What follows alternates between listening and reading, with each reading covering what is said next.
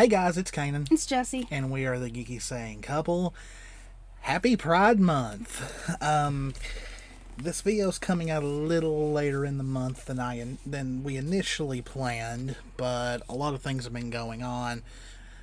We've redone the room. Which is still a work in progress. But, well, it's little done. stuff. It's little stuff that still needs to be done. Plus, technically I went back to work. Though, if you can really consider working 1 to 2 days a week, 6 hours a week, really going back. Plus, just a lot of other stuff going on, this came out, so a lot of stuff's has been keeping us. Plus, this was a pretty lengthy video to plan, because I wanted to do this right. As you can tell by the title, we wanted to do a different kind of Bumblebee video for Pride Month. And instead of just going through the show, regurgitating what many have said before, just talking about the moments in the show and stuff like that, I was like, I don't think anyone has ever done a Bumblebee video about CRWBY and Rooster Teeth as a whole supporting the ship. And at least not that I've seen. Not that I've seen. And we're even wearing our Bumblebee shirts from FanForge, which was done through Rooster Teeth, so these are official Bumblebee shirts. So yeah, we finally got a Blake and Yang. It looks like Yang's kissing her forehead or something in it. So we're going to talk a little bit about what the stuff inside the show, but we're not going to go into great detail, because if we did, this video would be 3 hours long, and it's already late at night, so we don't want to do that. So I have my little list of stuff to make sure I don't go off track too much. Really, it's just a way for me to... Little list? Well, I mean, it's a lot of... It's a lot of pages, but it's really spaced out. Yeah, it's my roadmap, so it's easier to read. So what we're going to talk about really is just like I said, Rooster Teeth and CRWBY supporting the ship, and really, as far as I remember, it did not really pick up until around Volume 6. But then again, me and her were not as hardcore into the fandom during the early volumes as we are now, so I don't really know if there was anything said back here in volumes 1, 2, or 3. I really started because we had, being from the beginning, but I had gotten into it, and I started getting into it a lot more when I started working at Dollywood, and I, for some reason, amusement parks track nerds, and a really close friend that I still, that we still talk. He's the one that actually, he goes, "You're into RWBY?" And then that just kind of exploded from there. And he made it a really big deal. Yeah, because, for me, I would watch the show when it was on. I'd watch the volume. Then when the hiatus came, I'd move on. I wouldn't get on Twitter. I wouldn't get on Facebook and talk. Because really, you can ask her. When I was a bit younger, I didn't fool with social media that much. I had a Facebook, but, I wasn't on there much. It wasn't until later that I really started getting on social media a lot. I had a Twitter, in the beginning, but if you go all the way back to the beginning of mine, I barely used it. It was just to follow a few people, and then... And then with me, I didn't know how to use it then, either. I joined Twitter really for cosplay reasons. There was a cosplay photo of me and Monica Rial that I really liked. That's what really started you. Yeah, but after that, my Twitter's set for a year. And I didn't do anything with it. And I just all of a sudden retweeted, Bumblebee art by other people, retweeting people's art. And next thing you know, I'm at 1,000 followers, and I'm nearing 2,000 now. But pretty much we didn't get on and really talk to the fandom back in the day. So whatever was said during those times, it's kind of hard to go back and find them now unless they resurface. Some things do. Which some things do. One of the things we're going to be talking about did resurface. Because someone sent it to me on Twitter. But really, it seems like even between... I kind of started paying attention to the fandom between 5 and 6. But it really seems like the Bumblebee stuff from CRWBY and Rooster Teeth really picked up during and after Volume 6. I started in 5 because Yeah. that's when someone's like, you have to sit and really watch this. And I rewatched it and watched it again, and I watched every episode as it, aired. I was there. If he was at work, I'm sitting there going, Okay, so... Oh, and everything that we have, links to will be in the description. Yes. Okay, so that was pretty much the intro. So let's get moving on. The very first thing that we're going to start is kind of at the beginning, and that is Blake and Yang's concept art. And actually, an artist on Twitter that I really, really enjoy, the name's escaping me. It was actually Dragon Lover, now that I finally remembered, that posted this. And we all know how important colors are in RWBY. They're probably one of the most important things thematically. And everyone has always pointed out that in her concept art, Blake had heterochromic eyes. She had 2 different eye colors.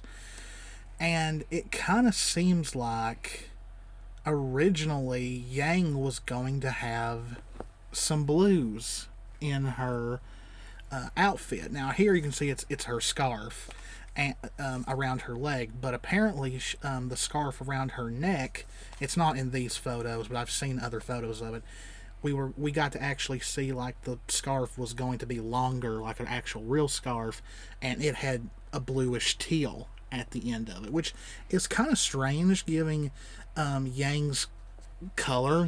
She's associated with browns and yellows and oranges and all that, and just for her to originally have had blue in her outfit, I don't know, it may, as I said, I'm not the one who posted about this, so I mean, who knows if this is actually anything, but it kind of seems like even from the beginning, Blake and Yang were always going to be connected to each other through colors.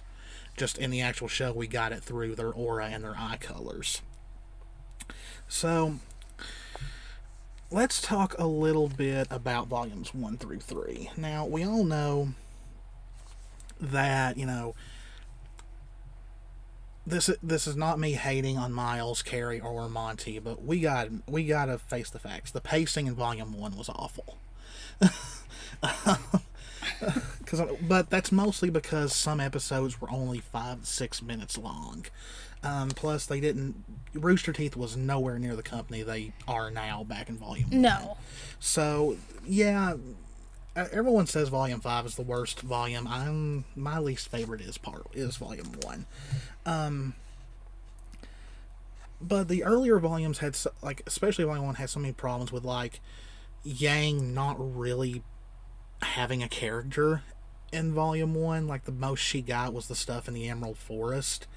But other than that, she was just portrayed as Ruby's older sister. And I mean, come on, she's a main protagonist, and Jean got more spotlight in Volume 1 than her. It's a little weird. And and then, of course, we've got to talk about her comment about the boys in the room. Now, there is a new thing going around about this. Originally, it's been long established that her comment on the boys was a joke. It kind of is a throwaway line, especially since it was cut out of the Japanese version, and it was also to set up a joke on John.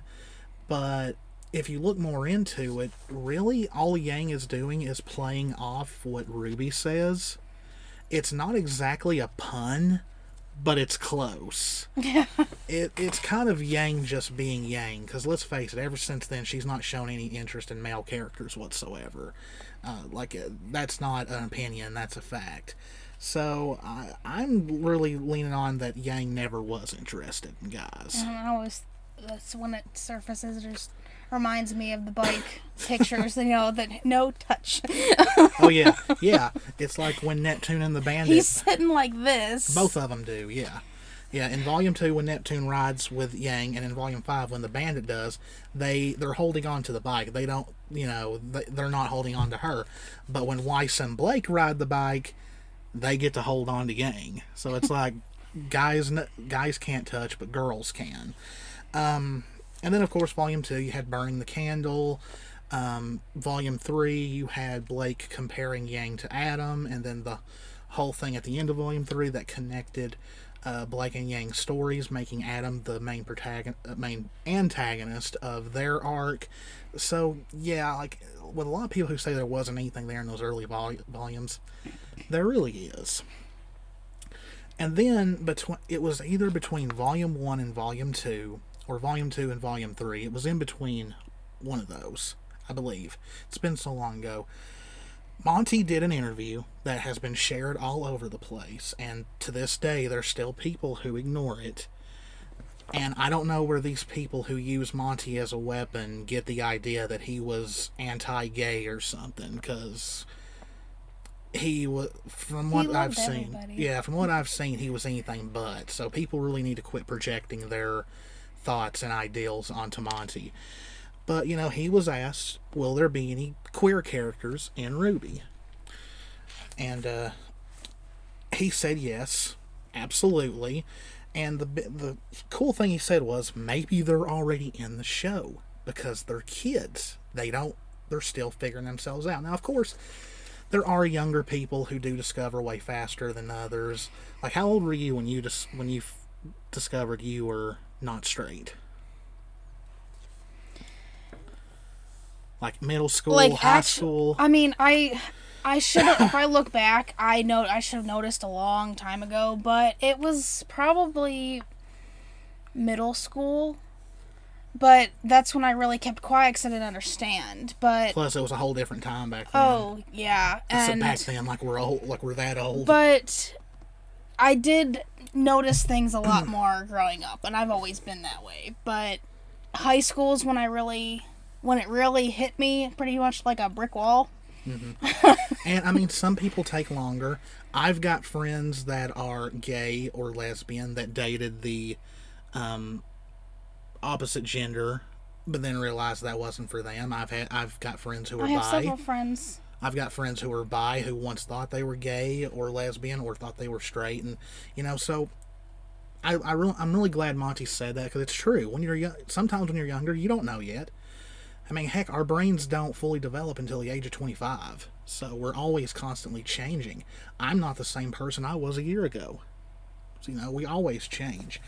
And, but another thing he said was that we can't just shove it out there. He didn't want to do it for the sake of having,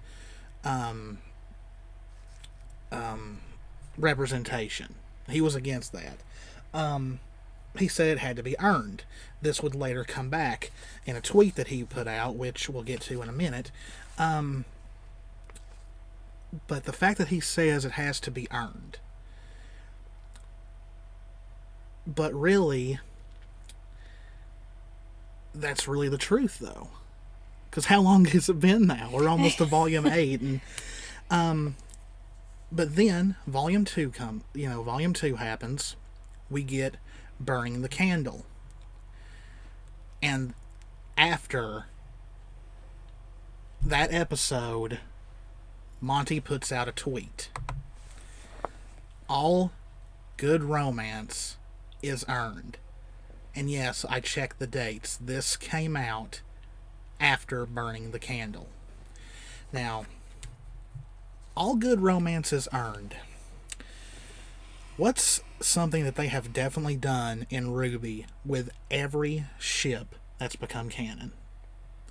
They take multiple volumes. Arcos took 3. Renora took 7. Bumblebee is still developing. So they're still going by what Monty said, that all romance needs to be earned. It doesn't need to be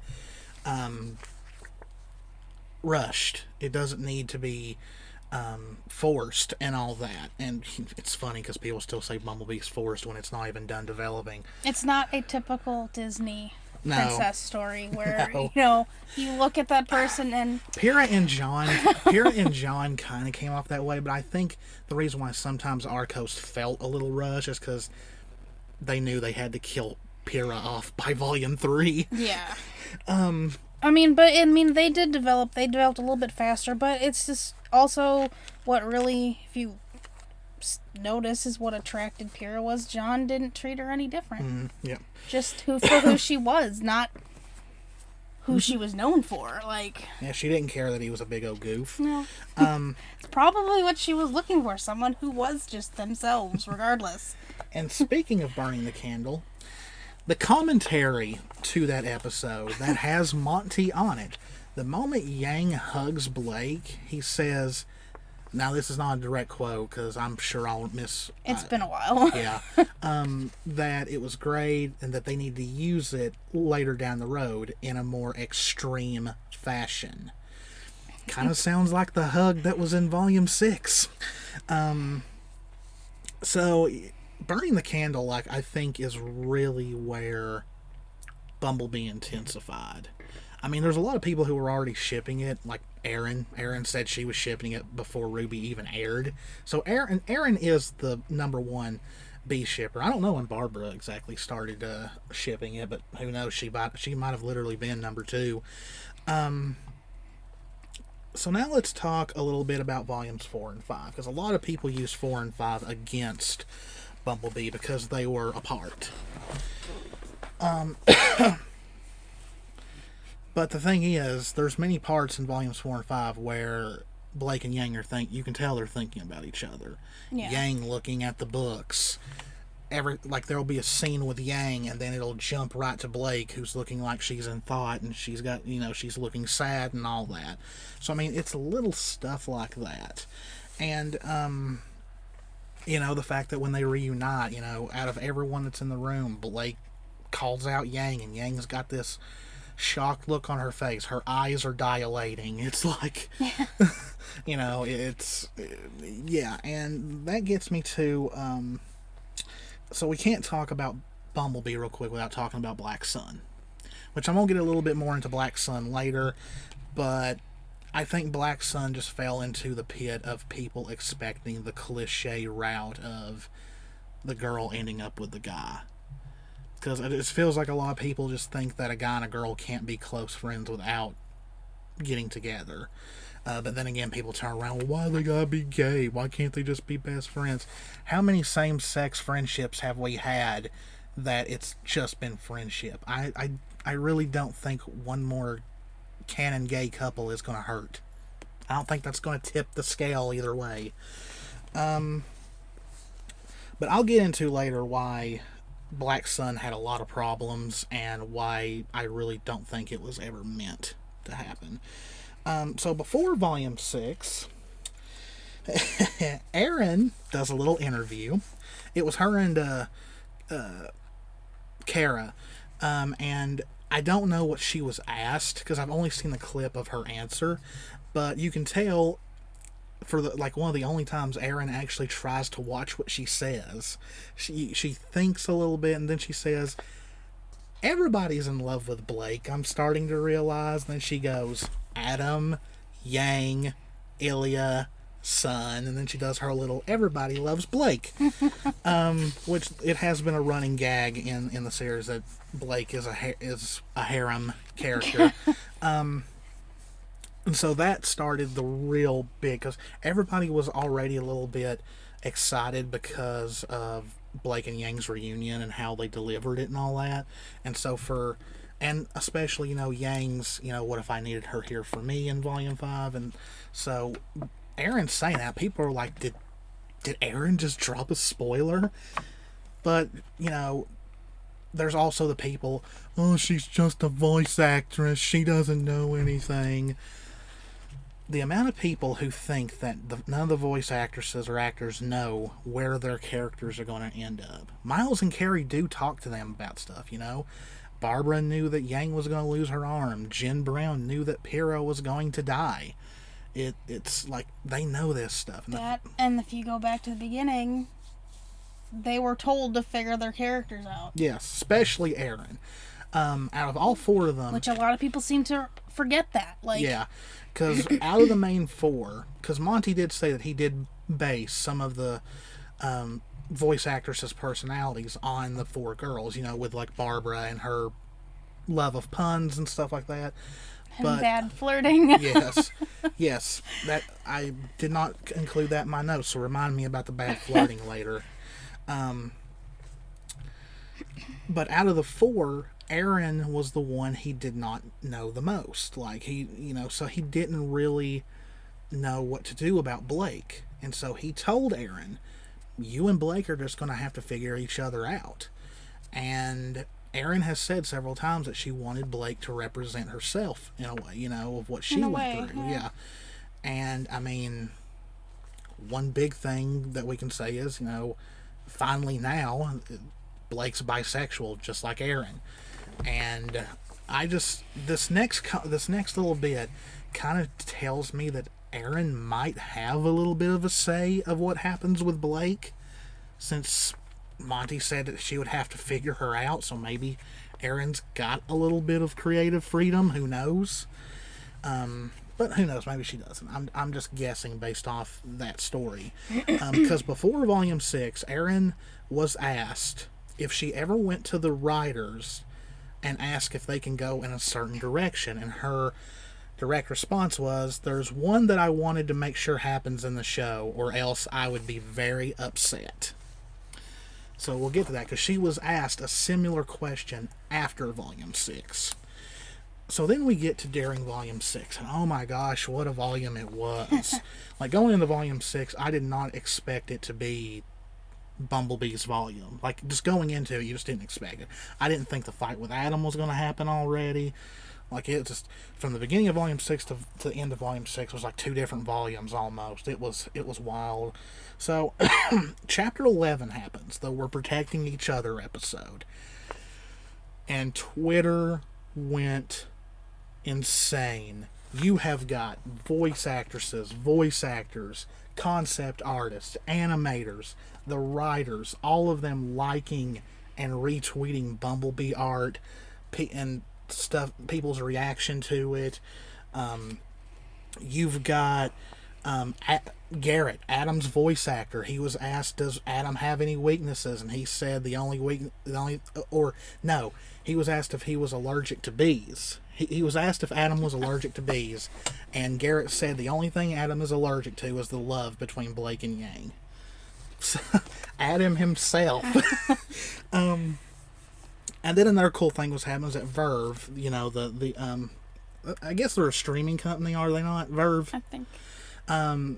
They carry RWBY, and so they posted that picture, and it pretty much said, yeah, Bumblebee's canon, move on. Which Aaron liked it, and yeah, you can't really say another company talking about, which Tumblr posted something about it too.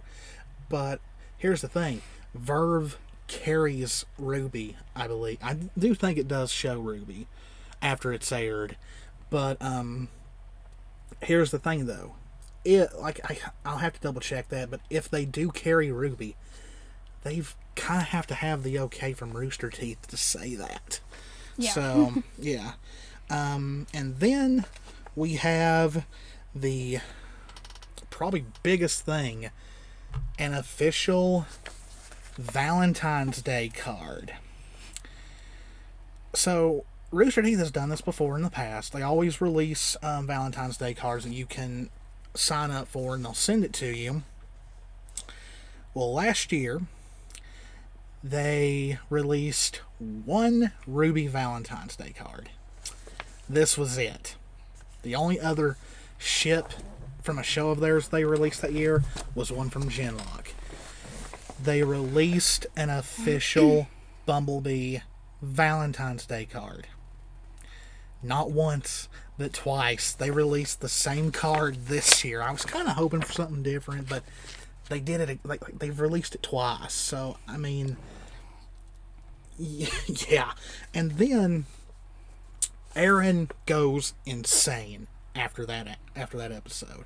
She makes Blake and Yang holding hands as her Twitter banner. She's like just posting Bumblebee GIFs all over the place. But the interesting tweets all involved cannons. There was one of a cartoon character firing a cannon, and then there was one of a drawing of a Canon camera. Aaron just randomly posts a picture in a thread about Bumblebee of a camera that says Canon on it, the Canon brand. And then she deleted them and then posted a GIF that was like, shh. Yeah. I remember all that. Yeah. And then, now, we were both at a con when that episode happened. We were watching it on my phone at the convention. In the quietest place we could find. Yes. Cons aren't quiet if you've been to them. Yeah, and this was Saturday, and then Sunday, we're heading home. She's driving because it's her shift. I'm checking through Twitter, and damn it, wouldn't you know, Aaron gets a damn Bumblebee tattoo. Can you use a tattoo as shipping confirmation? Not exactly. And she would later say that it commemorated her friendship with Barbara. Okay. She could have picked anything. But she chose the one thing that symbolizes the most popular ship in the show. Now, I'm sorry, if I was a voice actor, and if there was an animal or something that signified the ship between my character and another, and it was as popular as Bumblebee, and if it was a same-sex one, if I didn't know that ship was going to sail, I don't think I would get a permanent tattoo. So, yeah, people who don't want to accept it as shipping confirmation, fine, because, I mean, you can always say, that's conjecture and all that. But still, it's a permanent tattoo of a bumblebee. Okay. So then, the episode of RWBY Rewind after Chapter 11 had Barbara on the episode. Now, she was asked a question, and it was pretty much, is this confirmation? It was something along the lines of, is this the confirmation for the most popular ship in the fandom? Now, you have to understand, at that time, Barbara was the social media manager of Rooster Teeth. She actually works for Rooster Teeth. Aaron technically doesn't. A lot of people have said that she used to, and I actually had it confirmed by Lindsay, the voice of RWBY, that Aaron actually did not used to work at Rooster Teeth. She's just always been a voice actor. It was pretty much anyone's that's posted it was a rumor that was started by somebody, and she's pretty much like, voice actors and actresses for Rooster Teeth are contracted. Not contracted. They're what's the word I'm looking for? They're pretty much outsourced, meaning they can go wherever and work. They're not tied to a contract. So, could Aaron spoiling get her in trouble? Technically, yes, but they're not going to fire her. So, Aaron has a little bit more leeway to say stuff, where Barbara kind of had to watch it at that time because she worked for Rooster Teeth. And if you watch her react, you can tell she's struggling to come up with the words not to say too much, and she really doesn't give eye contact. No, she kind of just does the whole... But her reaction was, I don't know, but a lot of people seem to think the fans had influence, but all I'll say is some things have been planned since the beginning. And even when that happened, people were like there were people who were saying, oh, she wasn't talking about Bumblebee. That was her response to a question about Bumblebee. I mean, so then Chapter 12 comes. As much as I love this episode, I do not miss what happened after it, because it was just awful. But it was around this time when Erin started doing her reactions to RWBY. And I watched them, so I've seen this. I actually saw her do this that day. Yeah, she was watching I didn't know how to record it on my phone, so I wouldn't have been able to record it. So, yeah. But yeah, I did watch this. So, but pretty much she reacts to the whole entire episode. She then asks some questions, and she's asked the question, and this was her response. Are bees officially a couple? I mean, it feels like it, doesn't it? I don't know what happens in the next volume, but it really feels like that's the case. Like, I don't think they're just going to start dating right now. I think they've started to realize that they have feelings for each other. There are people outside, so we're freaking out over here.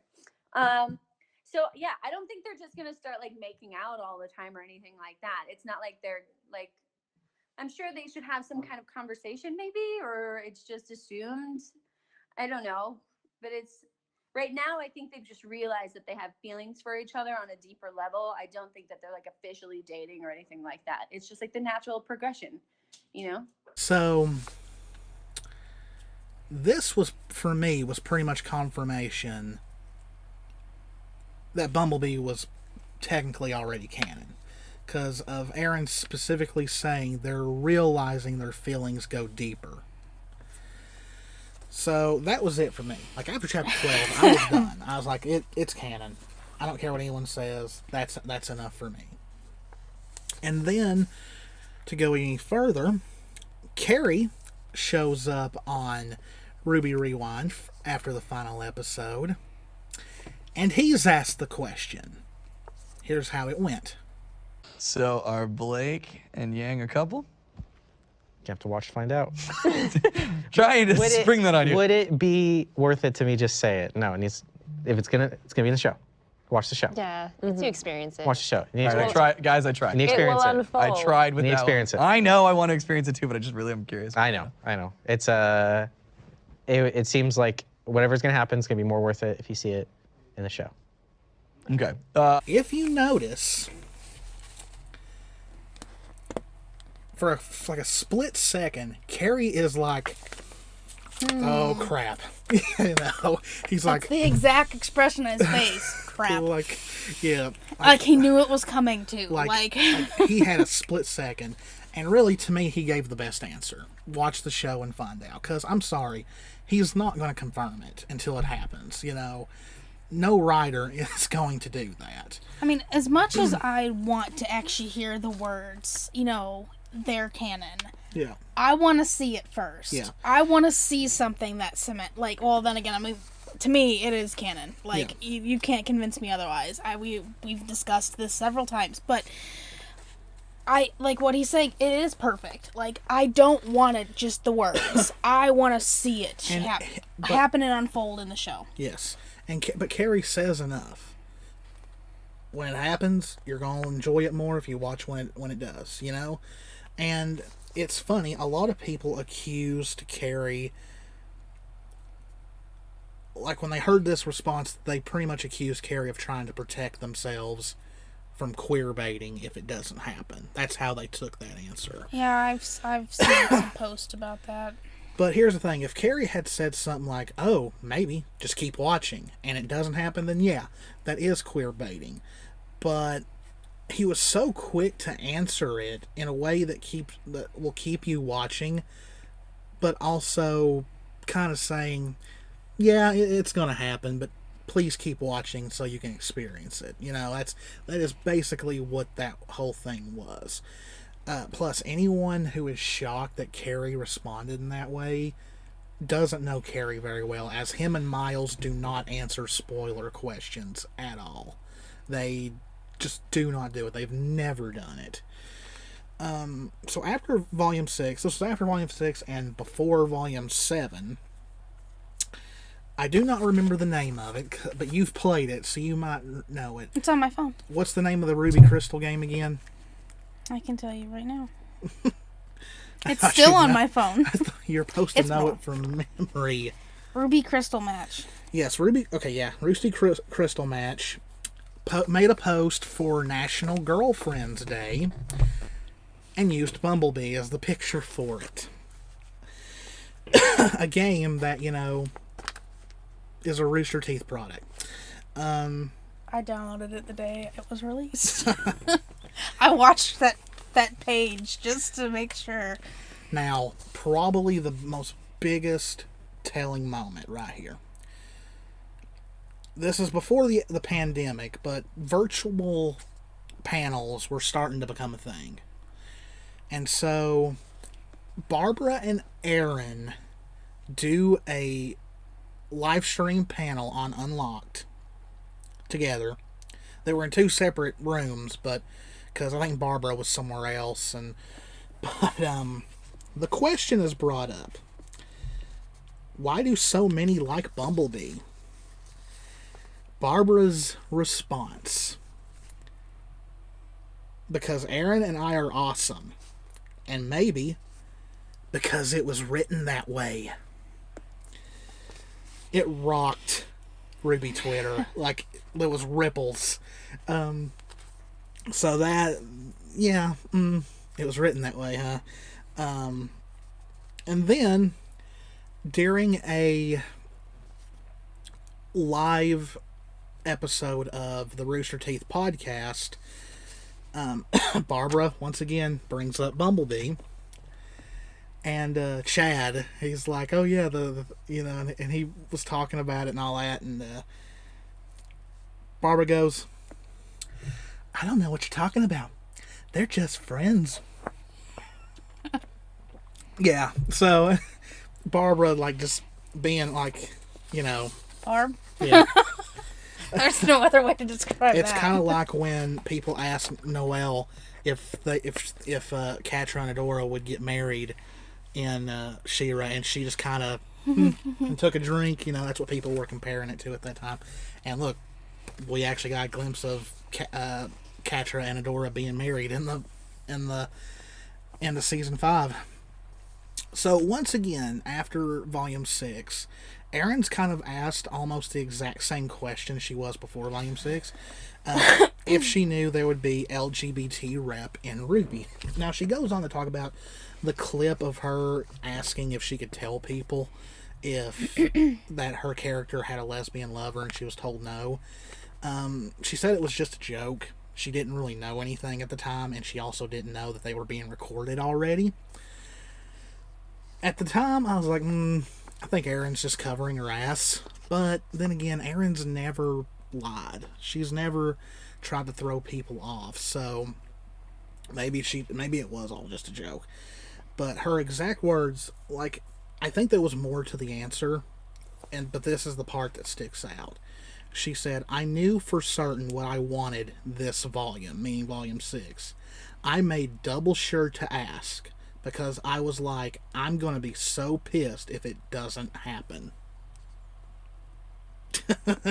So, but the voice actors don't know anything. And then Volume 6 releases on DVD and Blu-ray. You get to the final episode, which on commentary is Carrie, a male editor, and a female editor. I don't remember their names. It's been a long time since I've listened to the commentary. But this is what is said in the commentary. Male editor. It was also the season of the Bumblebee. Carrie. Maybe. We'll see. Then he talks about him being asked on RWBY Rewind. Then the female editor throws in, you can't rush true love. It has to come naturally. Kind of mirroring what Monty said years earlier. Then the RWBY companion book comes out. And in the book, and everybody said that this was a quote from Aaron. It's not. It's what the author of the book wrote. And it states that Adam, Sun, and Ilya are former love interests to Blake. And Aaron states that she is hoping for Yang in the future. And you've got to remember, these interviews for this book mostly happened before Volume 6 aired. Also in the book, Miles does confirm that Adam eventually became Gaston and the Cursed Rose, which further fuels the Bumblebee being pretty much a retelling of Beauty and the Beast. And then Miles also talks about Adam's obsession with Blake, which kind of gives a little insight. It says Adam thinks he deserves Blake's love and admiration, even though he hasn't earned it. And it's funny because in this series, Adam has shown a hatred for Yang in particular. Ever since that interaction in Volume 3, with just seeing Blake's reaction to Yang showing up. And, you know, I think one of the most silliest things I've ever seen about that scene is someone said, Yang showing up was a coincidence. How does coincidences exist in a pre-written story that is planned out? Coincidences don't exist. It's not like they went, okay, let's draw a spell. Let's just throw this in real quick. No, let's draw a spell. Okay, abracadabra. Pick a character at random to show up.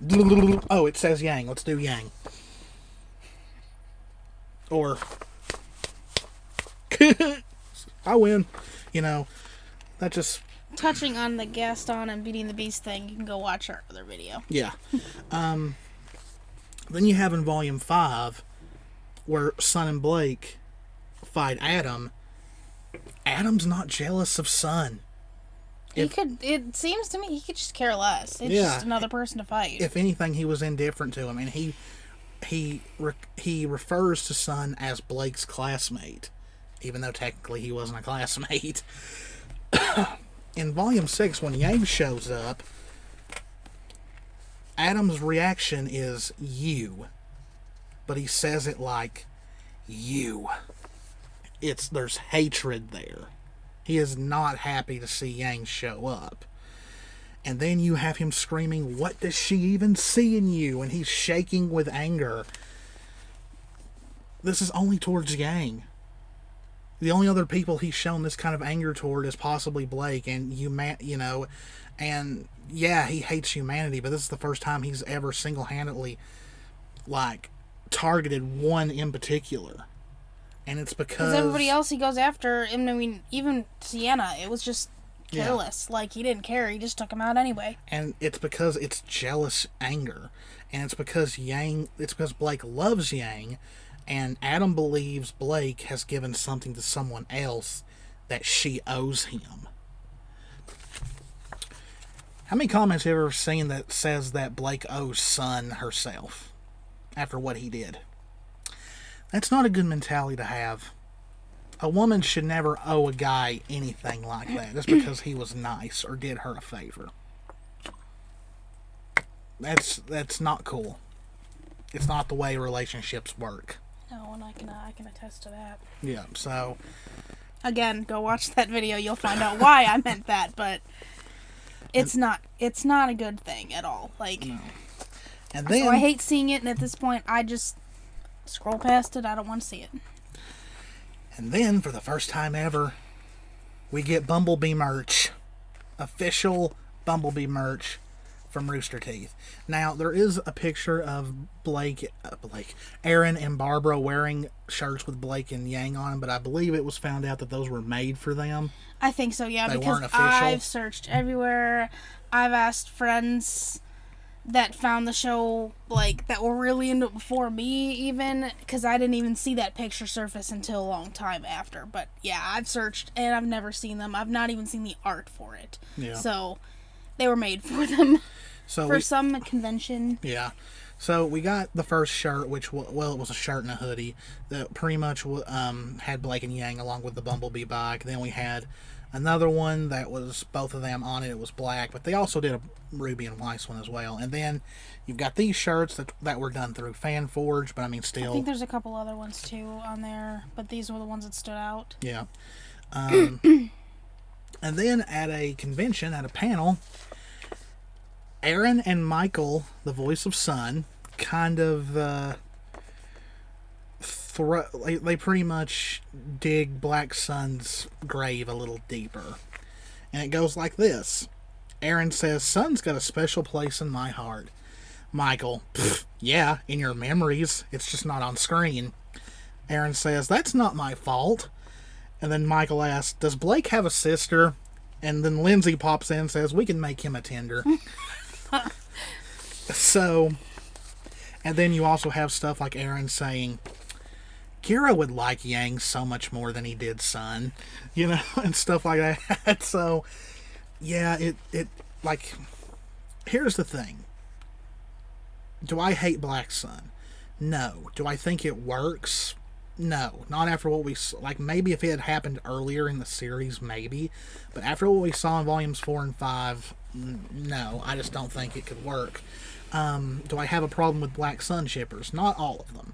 I've got some friends that are Black Sun shippers, and they're totally nice people. You know, they're not hating on people just because their ship is more than likely not going to become canon. But you've got people in that fan base who are not very good people. Like, they're not. And I've had way more bad interactions with Black Sun shippers than I have good ones. So I kind of avoid them in a way. And it's kind of soured my opinion on the ship. Then Achievement Hunter, during a stream of them, I don't know what game they were playing. It was a first-person shooter, but it was one of those ones where you could, like, use anime characters as the characters you play as, and they were playing as the RWBY girls. I remember that. Yeah, and Trevor, who is Barbara's boyfriend, he was playing as Yang, and one of them, who was Blake, popped up, and he goes, oh no, I can't kill my love. And someone's like, you love her? And he's like, yeah, she's my love, it's Blake, I'm playing Yang. And then one of the guys said, oh, I don't keep up with the fan fiction. And Michael, the voice of Sun, pops in and goes, it's literally happening in the show. Then Trevor says, it's gonna happen. Yeah. Yeah, I remember that. Yeah, so, I mean, once again, the Achievement Hunter guys are saying, yeah, Bumblebee's happening. Then a major thing happens. A lot of changes happen within Rooster Teeth, and our girl Barbara becomes creative director of Rooster Teeth. So no one can really say with her, especially, oh, she's just a voice actor. She don't know. She's the creative director of Rooster Teeth now. I think she knows a little bit more than some people think. Well, the thing is also everyone that throws the voice actor thing out, and I wanted to say this before and I forgot, but like they say, well, they don't, voice actor, they don't know anything. Okay, maybe they don't know what the other characters are, where they're going or the stuff about them, but they know their character. Yeah. Like, it's, they discuss their character, and I'm sure tidbits and things, even if it's written, if they talk to them when, about the character, little things could get tweaked here and there, but that's to their character. It's not to anybody else's, so. Calm down. That's just, yeah. So, excuse me. Now, I can't remember if this happened before or during Volume 7. But it's back to what you were talking about Barbara being a bad flirt. Barbara once ran, like, it wasn't even related to RWBY or anything. Barbara tweets out, I'm a horrible flirt. I'm like, hey, that shirt looks good on your body. And going back to their personalities being injected into the characters, that sounds a lot like, I like your bow. It looks good with your pajamas. And it also goes with, sorry, not used to the new hair yet. Yeah. And no, it's good. Great even. Yeah. Yang is a bad flirt, just like Barbara is. And then RTX happens. We see the new character designs. Everyone freaks out that Blake's got short hair. And people are already saying, oh my god, she's got the bisexual haircut. And of course, you've got it, morons saying, "Oh, are we basing sexuality off haircuts now?" Even though there has been a long history. That cut's been, well, I mean, technically that's kind of what I have too. Yep. But it's that that has been around for years, so it's been a thing. Yes, There's been a lot of bisexual characters in a lot of forms of media that's got that haircut. But then there's real people that have gotten the haircut, and like celebrities, and have said the same thing. So.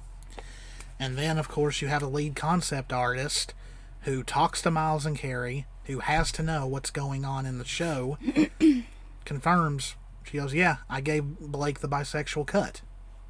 For me, at that point in time, that was enough confirmation that, yes, Blake is bisexual.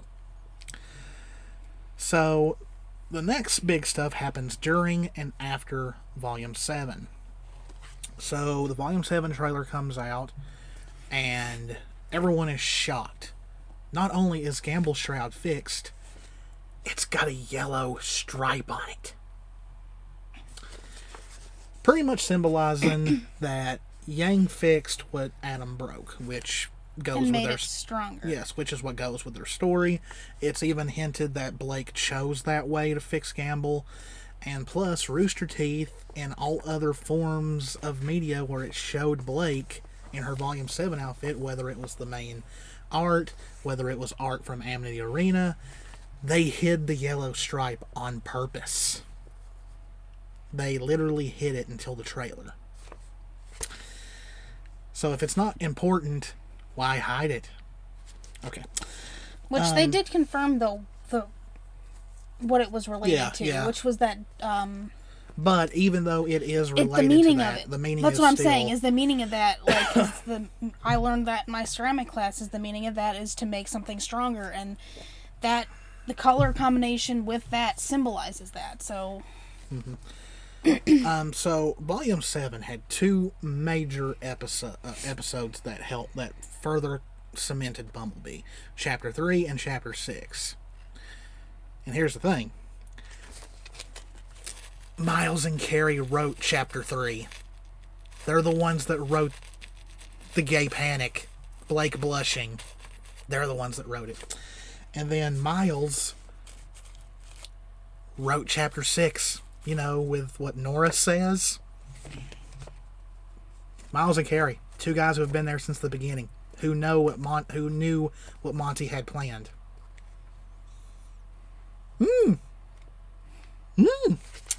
Okay, so after Chapter 6, though, everyone freaks out because Nora, a character within the show, confirms that Blake and Yang are more than friends. And someone tweeted about it, and we've marked out their name for privacy reasons. Nora literally spelling it out that Blake and Yang are more than just friends, and comparing their relationship to hers and Ren's ... Thank you. And Samantha, the voice actress of Nora, likes it. Know what that means? They were right. It's the same thing with me asking Casey on Twitter if the I'm racing to her side, you know, there's nothing I wouldn't do for her from Armed and Ready was about Blake. She liked it. She didn't comment back to me, but she liked it. Liking it is this, like... It's definitely another thing, because most of them can't say anything. Yeah. Like, if they know, they can't say anything, so the best they can do is just, that little like button. And then, of course, you have Aaron's reaction to that moment in Chapter 6, where Nora says, "Friends, huh? Just friends?" Aaron flips out, because Yeah, I watched that one, too. I think she said she didn't read that far into the script, because Blake's not... She didn't read that, so, Yeah, yeah. because Blake's not involved in that part. Blake's part has already happened. Which, Chapter 6 is also where we got, Blake and Yang are going out on a date, and all that. And, Weiss doesn't want to go because she doesn't want to be the third wheel, stuff like... So she makes Oscar the third wheel, and her and John go... I'm just kidding. But she says, "Ship whatever you want, but it's canon." And, it's funny Because after that, the Bumblebee deniers just jumped. Oh, that doesn't mean anything. What does Nora know, and stuff like that. She's just projecting. Well, if you go back to Volume 2, in Volume 2, during the Practice What You Preach Pyrrha scene, on the commentary, the writers talk about how Nora was an interesting character because she seems like she doesn't really get what's going on, but actually she's observing everything that's happening and she knows what's up. That is directly from the director's commentary of Volume 2. So she may not be as close to Blake and Yang as, say, Ruby and Weiss, but she can still see the attraction and the attachment they've developed. After what they went through, because her and Ren went through the exact same thing. It's like, how can you watch Ren and Nora taking out the Knuckle V, and then watch Blake and Yang take out Adam? One's romantic, the other one's just good friends. It just doesn't... It's like, God, how thick are your skulls? And then, of course, after that, once again, you've got writers like Kiersey liking Bumblebee art and liking Bumblebee posts. And probably my most favorite achievement ever, besides Erin replying to me. That's like twice or 3 times now she has. Hey, she liked my Bye Blake stuff, so... Oh, you didn't tell me that. Not the recent one. The recent one I'm still trying. But, we talked about this in our Bumblebee and Catradora video. One of the animators, because after a volume, the animators will post the stuff they animated, or the stuff they animated they thought was the best or the coolest. And it was the animator for the Bumblebee selfie that happened. And I commented, and I wasn't expecting a reply. Because it was more of a statement than a question. And I said, so... Sorry. So I said, so you're the one that we owe, that we should be, I think it was like that we should thank or something for the Bumblebee selfie. And I said, I love how at first Blake smiles because Yang's arm is around her before she smiles at the scroll. And she replies, I love it when fans catch the small details. Meaning I got it right. So, yeah, that's another thing.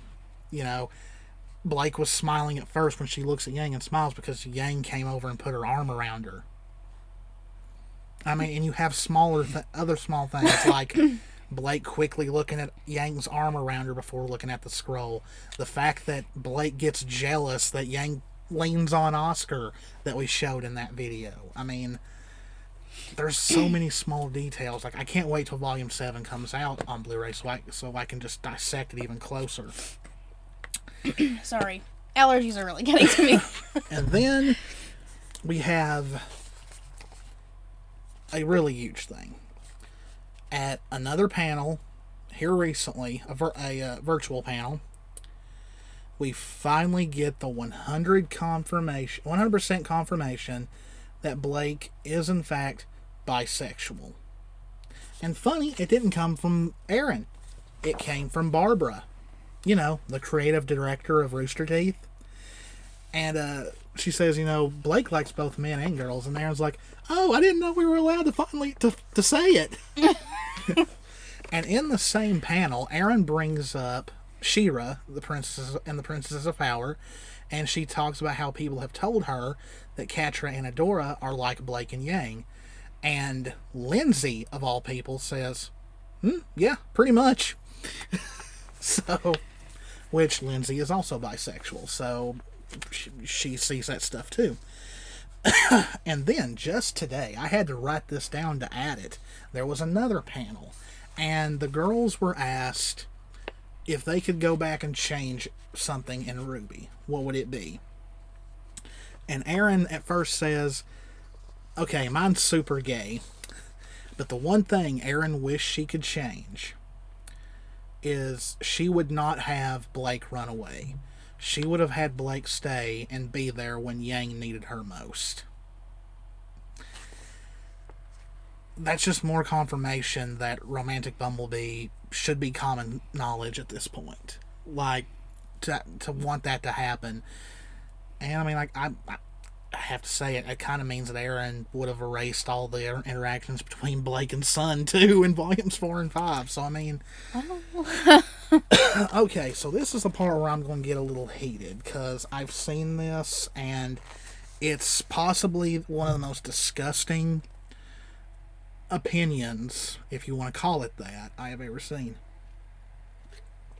There are literally people who think Rooster Teeth is queer baiting to make money, and they think it would be such good writing to have Blake change her mind and end up with Sun. Yeah. So, strap yourselves in, because this is a pretty, it's almost 3 pages. You can comment if you want to. So, this frame of thought baffles me. To think people are so biased and have so much hate for this ship and the people who ship it that they think Rooster Teeth would risk everything, because this could ruin a company's reputation. Oh yeah. To string along fans when they know they have a large LGBT plus fan base and have a lot of people on staff who are LGBT plus. The fact it's paralleled in the actual canon of the show with Renora, a straight ship that we knew since they were first shown that it was going to happen, it would make no sense to take that away. There was literally no literary sense for that to happen. Sounds like that also fits with this specific person who comments on everything that's posted by Rooster Teeth that I've kind of ignored. Oh, is it the one that always Yep. says "Make Black Sun canon"? Yeah, Yep. that guy's a psychopath. Everybody pretty much has seen. It's that kind of fits. He says Rooster Teeth is anti-straight when the 2 canon ships that we've had so far that have actually kissed have been straight ships. Yeah. I really hope the guy's just a troll. I really hope he's not legit. You'd be surprised, people. And then, of course, you have people who ask, then why did they focus on Black Sun? They didn't. No, they didn't. I think the people who think this and think that Black Sun got a lot more romantic development are once again applying their headcanons to the canon of the show when there's very little there and they think there's more. It's the same thing with the Atom situation. People are taking what they want and twisting it, thinking it was there, and now they're just like, well, why? You know, because I'm sorry. Blake and Yang have gotten way more development than Blake and Sun did romantically. They're the main characters. They're going to get more development than, say, Sun, who's a secondary character. The fact that nothing explicitly happened between Blake and Sun for almost 2 whole volumes, just for Sun to get written out of the show. I'm sorry, if a character is written out of the show for several years, and we're not going to see them at all for no development to be there, that's not good for a ship. It's not good for it at all. Even when Blake and Yang were separated, they still found ways to build it. That's like the same thing with writing a book. Mm-hmm. If you're gonna, if you've got 2 characters in a book that you're shipping, and all of a sudden for say there's 8 books, they're in the first 4, then the next several they're not there until the last book, and there's no build up to that. That's the same concept. Looking at someone who writes stories from that point of view. And, it's even Sun getting a platonic cheek kiss And yes, there is a difference between a platonic cheek kiss and a romantic cheek kiss. It's all in the delivery. And I'm sorry. The way it was delivered, zoomed out, no dramatic... Like, compare it to Arcos or Renora. No, it does not have the same weight and meaning. Mm. And then you have the very next scene. It was never about that Brainiac. Sun sunk his own ship. He says, I didn't go with her to get with her. Blake needed a friend. And really, out of all characters, who else could have went with Blake that would have made sense? Velvet? That would have made no sense.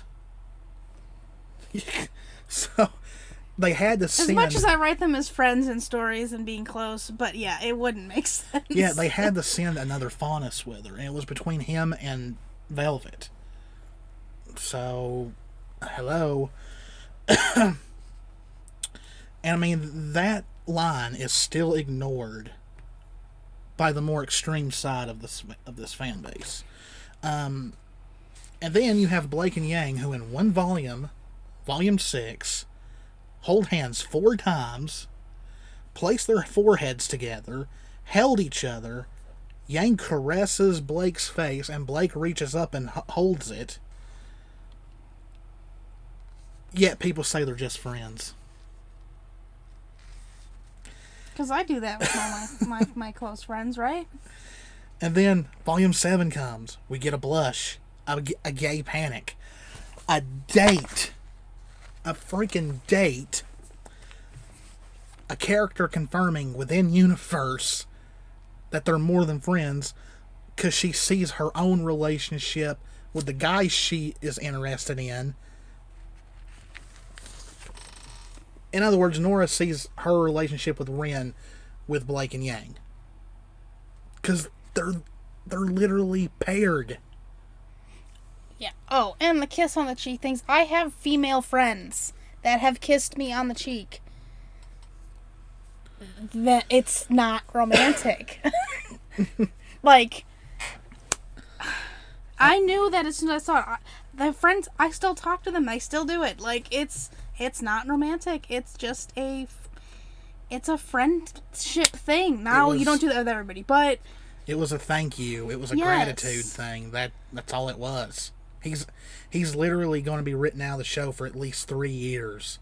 He's been regulated to the books. That's not how you build a ship. You don't just bring a character back after years of him being out of the story. And then put in just yeah, and books. and then just insert him. So something reflects. Yeah. So I mean, it's just that's not how storytelling works. That's not how shipping works. Okay, if we were still skipping over to Sun during like volume 7, volume 8, and all that, then maybe, yeah, they're still building it. If they showed him missing Blake, maybe. But that's not. And I've read a preview of the next book. I'm not going to say anything because I don't want to spoil anything, but it once again does not do Black Sun any favors. It doesn't. And again, yes, I know it's a Bumblebee video, but aside from the ship, that's not why we're saying any of this either. Like, it's fact. Just there. Yes.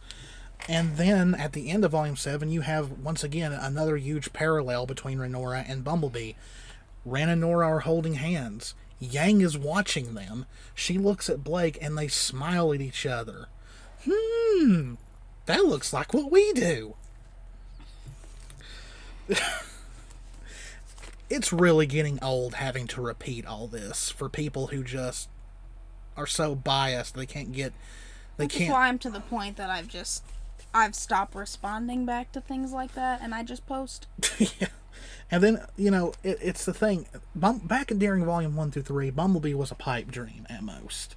Until the end of Volume 3. Oh, like I said, the first time I saw those two characters, my friend had asked me, she goes, well, which character do you like and who you ship? Those two.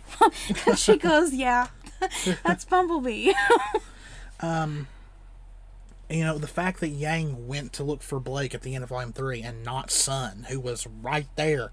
He could have went for Blake while Yang went and looked for Ruby, but that's not how it went.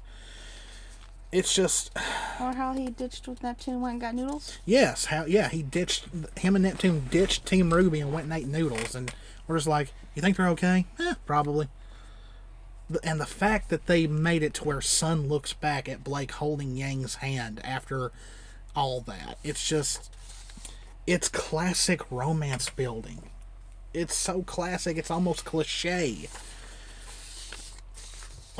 And then, once again, in Volume 4 and 5, they show many times that Blake and Yang were thinking about each other, from Yang looking at the stack of books, which books are related to Blake. Several times, a scene of Yang will jump to Blake, and it's to the point they rode the same ship, and the name of the ship is Pride. The fact... Abstinence makes the heart grow fonder. Sometimes you've got to be away from each other for a relationship to repair. It's not always the case, but in this case, I think eventually it will make the relationship stronger. And really, in the end, it doesn't matter that it was Sun that was with Blake in Volume 4 and 5, as they still found ways to give Bumblebee more weight narratively and in relevance. And please stop saying Blake brought Sun home to meet her parents. He followed her. He followed her against her wishes. That isn't good. It's not romantic. It's not bringing a guy home to meet the parents. She didn't want to. Yeah. That and another thing with the, being apart, going stronger. I used to live in a different state. Yeah. Yeah. So I can attest to that. It's true. And anyone else who knows that. I mean, I know I've made friends with people who have relationships and they're across countries, until they can actually see each other again. And it does. I mean, it's hard, but you grow stronger, which clearly they have. And there's not been one scene, there was not one scene in Volume 7, or Volume 6 for that matter, that ever showed that Blake was thinking about Sun. Not once. No one at Rooster Teeth or CRWBY mentions Black Sun. They don't talk about it. They don't bring it up. They know it's a ship that people still like, but it's not brought up. They're not going to push it. Really the only two ships that have gotten a lot of attention from CRWBY and Rooster Teeth here recently is Bumblebee and Renora. I mean, because that's the two ships they're currently still building. But they do go back to Arcos too, but well, that's just in memory. Do, but because they know people still miss Pyrrha, and it's still a touchy thing. I still miss Pyrrha. And then from the moment Blake and Yang are reunited, it's been full steam ahead, in the direction of being a slow in development as a romantic couple. And it's really to the point in Volume 7, they're practically dating without being official. They openly flirt. Yang several times makes Blake laugh, and you have another character once again confirming they are more than friends. I mean, Rooster Teeth didn't have to put that in there, but Miles did. The Marrow moment too. Well, he has the enough. Look Yeah. between them. That's what I meant. That moment. Yeah.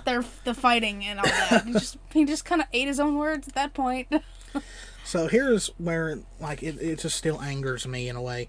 So you mean to tell me after 6 years of build-up, after 7 volumes, almost 8 at this point, after telling this story of going from strangers to partners to friends to crushes and probably then eventually to lovers, that it would be so great writing for them to go, just kidding, all this build-up was for laughs. We tricked all of you. Blake really loves Sun.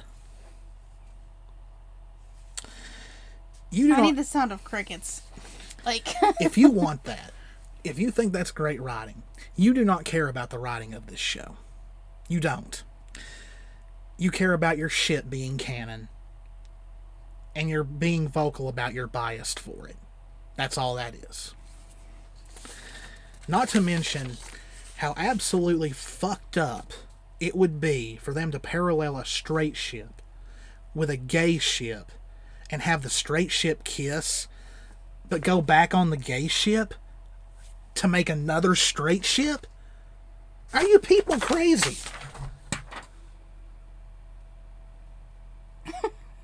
Like, do you really think that's a good idea?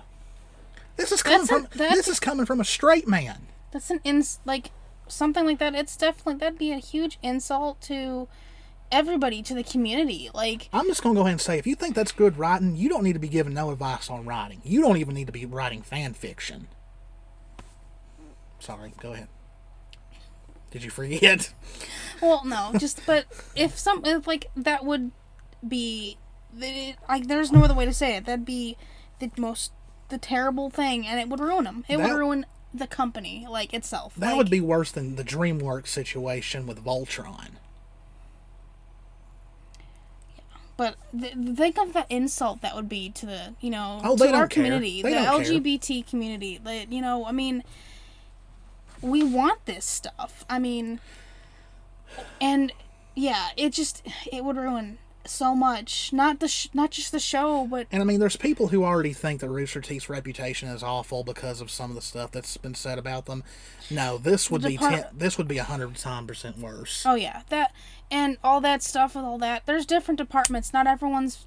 It's a huge company. It's not like... There's people who work there who don't even work on RWBY. So I mean, I'm sure there's people that work there that just know the name of somebody else that works in the company. They don't interact with them. Well, plus, I mean, besides Red vs. Blue, RWBY is the most popular show that Rooster Teeth puts out. So I mean, I'm sure it's the point where almost everyone who works there knows each other. But... Well, no, I meant like interaction. I mean, like, same thing. For example, I'll tie this into something like for me. Like, when I was in college, I mean, I had teachers all across campus. They knew of all the teachers that worked there. Did they actually know them or actually talk to them? No. Like, they knew they were part of the company, but they didn't, like, so if somebody in this department gets, fired for something or in trouble for something, they're like, oh, well, all the teachers are, they're terrible. This teacher over here they didn't know. They weren't a part of that. So it's the same way with all the situation, everything going on. Just because something over here happens doesn't mean they're involved. It's higher up. Higher up controls things, and that goes for everything in the world. That's not just this. So that's why, I mean, I see the stuff, and I'm not going to turn around and judge all of that. I think really, and I really do think this, I mean, it was very obvious that they were already in so deep that they can't go back on Bumblebee at this point. I don't think they were going to anyway. They weren't. I don't think so either, but She-Ra happened. Catradora became canon. It created a buzz even bigger than Korrasami, because Korrasami didn't kiss within the show. You've got Catra and Adora who say I love you, who kiss. We get a vision of them being married in the future, which Noelle did confirm, yes, that they were married in that vision. And she's even drawn a canon child for them. It's two different shows, two different companies. You can't tell me CRWBY is not paying attention and saw that and be like, like, after that happened, they can't go back on Bumblebee. It would. Yeah, and then, thing is what's, to me, this, the order it started was, we've had Korra, we have Catradora. Well, we also had Adventure Time. Well, yes, that too. But I mean, Steven Universe. The specific ones that, personally, I've connected to. Yeah. Which, because I've not really seen so much of the other stuff, but... Korrasami was my first. Korrasami was the first. And, well, unless you really want to go back to, Uranus and Neptune, that was my very first, but first to actually see. It was Korrasami. I remember that. You even sent it to me because I think I was in class, and oh my god. And it's the reactions, the reaction videos were insane. And we've kept up with She-Ra, but unfortunately, like we've said in the video, we can't stream it and watch it like everyone else was, because our net sucks. So we can't watch Netflix here. So we found other ways to watch things and see it all and keep up with everything. we just weren't as vocal about it. No, because we were a little late to the party with that. And since we couldn't watch the full episodes and all that and see the entire story, I didn't like unfold like. Yeah, so I couldn't be as confident as I wanted to be. So I was kind of iffy on Cachadora at first, even though, now that we know, within hindsight that they were always in love with each other. But I was nervous the day before the finale, because I was like, we were sitting and we were pretty anxious. I was like, if this doesn't happen, it's going to be bad, because that means DreamWorks has done it twice, because Voltron was bad. I didn't watch it because I've never been into Voltron, even the old show. I just was never into it. But I remember when all that happened, and you just couldn't go anywhere without hearing about it, and just like the fans, like death threats and all that, it was not good. So I was like, if Cachadora does not happen, I'm going off Twitter for a few days, because a lot of others were saying that too. It was going to be awful. But I was lucky, and someone went ahead and went to the last episode, posted it, the screenshots, and I was like, okay. We can sleep. Yeah. We stayed up really, later than usual that night just to see what the reaction was going to be. Yeah, and what was going to happen. Be like, well, I'm turning my phone off. If it was bad, turn my phone off, going to bed. And maybe not turning it on the next day. But yeah, as soon as our internet's, we get better internet, or we get the chance to actually upgrade things with that, we'll actually get to watch everything in full. Well, they've started releasing it on DVD. Yeah, the first 3 or if seasons we find are it out on first. DVD. But that's what we were waiting for. We kind of just watched it any way that we could. So that's why we just kind of waited for the reaction. Yeah, it was wild seeing it happen. Because I watched it after people were putting up scenes from it, and just because I think that's really, is that not the first time we've had an American TV show where the same-sex couple legitimately say "I love you"? And I think so. We've had kisses with Marceline and Bubblegum and stuff like that, but I don't know. Shira was special just because it broke so many boundaries with that, and just it just. If you would have asked me that someone was going to take an old cartoon and just make it 100% gay, where I don't really think there's one straight character in that whole entire show, I would have told you there ain't no way.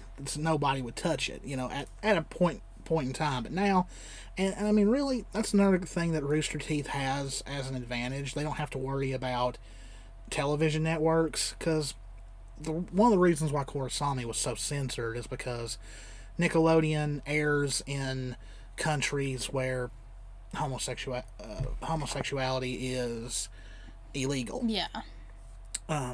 And so they, a business is a business. They didn't want to get banned. Especially as big as that company is. Yeah. It's like with Cartoon Network with Adventure Time. They let Marceline and Bubblegum kiss at the end because it was the finale. It wouldn't have mattered after that. Which Cartoon Network's a little more. Nickelodeon could have let them kiss because, like I said, it's the last episode. But at that time, Korra had went to online only. They took it off air because Nickelodeon never had faith in Korra, and but Rooster Teeth doesn't have that to worry about because they air all their stuff online. And really, Time Warner doesn't really seem to interfere with actual show production. They interfere when cuts need to be made, apparently. But, that's really the only time I think we've seen Time Warner who interfere. Yeah. And that's what I was saying about the decision between things happening. And it's like on any of the RWBY Blu-rays, you don't see WB anywhere on it. On Genlock you do, because WB pretty much hijacked Genlock. Rooster Teeth only has a little bitty emblem on the back of it. So yeah, they can show. That's why RWBY has had so much explicit LGBT stuff in it. Because I mean, and it could be better. It definitely could. We've had Ilya, we've got Coco, who's really was only confirmed to be gay in the books. There's Scarlet, which, I mean, there's a lot of people who don't even know who Scarlet is. There's John's sister and her wife. Blake's now confirmed bisexual, so there's Blake. And let's face it, Yang is too. She's either lesbian or she's pan. You know, and like, it's funny, everyone has theorized that none of the RWBY girls are straight. Because everyone has pretty much accepted that RWBY is asexual. Oh, there's another character. One of the happy huntresses. Oh, yeah. How can I forget about May? Darn, I'm sorry about that. Yeah. Yes, there's May. Yeah, I as was well. like, wait a minute. I know there's another one. Like, It's late. But, yeah, everyone has accepted that RWBY is, like, asexual. Weiss, I originally thought might have been the only straight one, just because, you know, she had a crush on Neptune and all that. But then the anthologies came out, and she was okay with the thought of being in a relationship with Pyrrha. So a lot have labeled her as demisexual, Blake being bi, and then Yang being either lesbian or pan. And Barbara was once asked, is Yang gay? And her reaction was, I hope so. So take that for what you will. And then, but seeing all these develop, seeing all these, different, all the different sexualities and everything through the show, I love seeing the representation, everywhere. I mean, yeah, there was a little bit of drama with Crow and all that. I don't want to get into that. Yeah, we're not getting into that, but my point is, yeah, nothing was confirmed there or anything, but the fact that, even to me, seeing stuff like that, I love seeing it. And well, with that, we stayed cautious because, ships in RWBY take years to develop, and wasn't gonna happen. Well, we only knew Clover for one volume, so I was on the mindset of if any of the Aesops survive this volume, and if one of them's him, then maybe. But I meant Crow specifically, though. Like, there's a lot of people, and we've talked about it in past videos, that a lot of people believe that he's bi. And, well, I mean, I can see it. I love Crow, so... But yeah, I mean... But the representation of all the different sexualities, I love how much we see that in the show. Even if some aren't confirmed yet, you can see it. It's the same thing with, going back to what Miles said in the beginning. Maybe they're already there, Monty, sorry. Again, it's late. But that's what I love about this. And seeing it grow as we watch the show more. Picking up on things that maybe others... don't see yet. And that's what I like about Bumblebee. I love that it's a slow burn. I love that they're taking their time. Do I wish they would hurry up and confirm it? That way I could people would be quiet? Yes, but I want it to be realistic, because you just... There's so many rushed relationships in other shows, and I like how, yeah, it's been a long time. But for us, anyway. For them, it's not been that long. Oh, yeah. For the characters, it's not been that long. But I want it to be realistic. I don't want it being rushed. Again, it's not a Disney movie where all of a sudden you see them and, oh, we're in love. We're getting married tomorrow. And plus, Volume 8 is rumored to be a longer volume, so hopefully they can pad stuff out better. We may do a video leading up to Volume 8, like top 5 things we would like to see happen in Volume 8, or we predict might happen in Volume 8. I've said several times on Twitter that I've got a really good feeling that the Bumblebee kiss or confession is definitely going to happen in Volume 8, but I've been wrong before, so I mean... I just kind of hope it is Volume 8, because Volume 9 is supposed to be a shorter volume. My feelings are usually closer. Well, what's your feeling for Volume 8? I feel good about Volume 8. I knew, but the thing is like, because we even said before the last volume that if we got a Renora kiss, Bumblebee it wasn't happening, yeah. And it'd be more in the back. Well, that's exactly what happened. I was also right about my feelings with Adam showing up, and it, You know, he's not. I don't think it's gonna end yet. Next episode. So what do you think will happen in Volume 8? Since this is our Pride Month video. Yeah, I mean, I really do think that we will see more development, more Bumblebee. I would like to think that we could get a kiss or a confession, one or the other. I haven't geared my feeling on which yet, but I'm 100% okay with them becoming canon first before they kiss. Yeah. I'm 100% the canon okay thing with that. is definitely something I'm which right now feeling they're pretty strong which on. as of right now they're semi-canon. They are not officially together, but they have mutual. They both feel the same. Like they have romantic feelings for each other. That is mutual. They both feel the same way. That's very obvious. It's been very obvious that Yang has feelings for Blake, and Blake definitely has feelings for Yang. I mean, this between Volume 6 and 7 alone, there's been so many romantic moments when really the only real explicit romantic moment happened between Blake and Sun was Blake blushing that one time. And then that was it. But the dance, when he asked her, are we going together, she said technically. That's not a good thing to hear your date say. Is it? No. So, hey, are we going together? Technically. That's not good. But my first dance is spoken for. Yeah. So, I will stand on that mountain that the thing that really convinced Blake to go to that dance was Yang offering a dance. Yang knew that if she couldn't convince Blake by talking to her, she could always offer herself to seal the pretty deal. much. And that's what happened. That's why she was so confident that she would be able to convince Blake to go. So, but anyway, I think this video's went on long enough. So that was our Pride Month video. So pretty much the bottom line is Bumblebee gets the one ship that gets the most support from the people who work on the show to Rooster Teeth as a whole. So I mean, oh, I forgot one thing that happened. I must have skipped it in my notes. Rooster Teeth announced that they were going to do a Transformers show. That obviously isn't happening because it never came of anything. And it was Matt, the CEO of Rooster Teeth, who said, as you all know, all of us here at Rooster Teeth love anything that involves a Bumblebee. But the Transformers show never happened. So that's one little extra thing that I forgot. So yeah, this video was about as long as I thought it was going to be.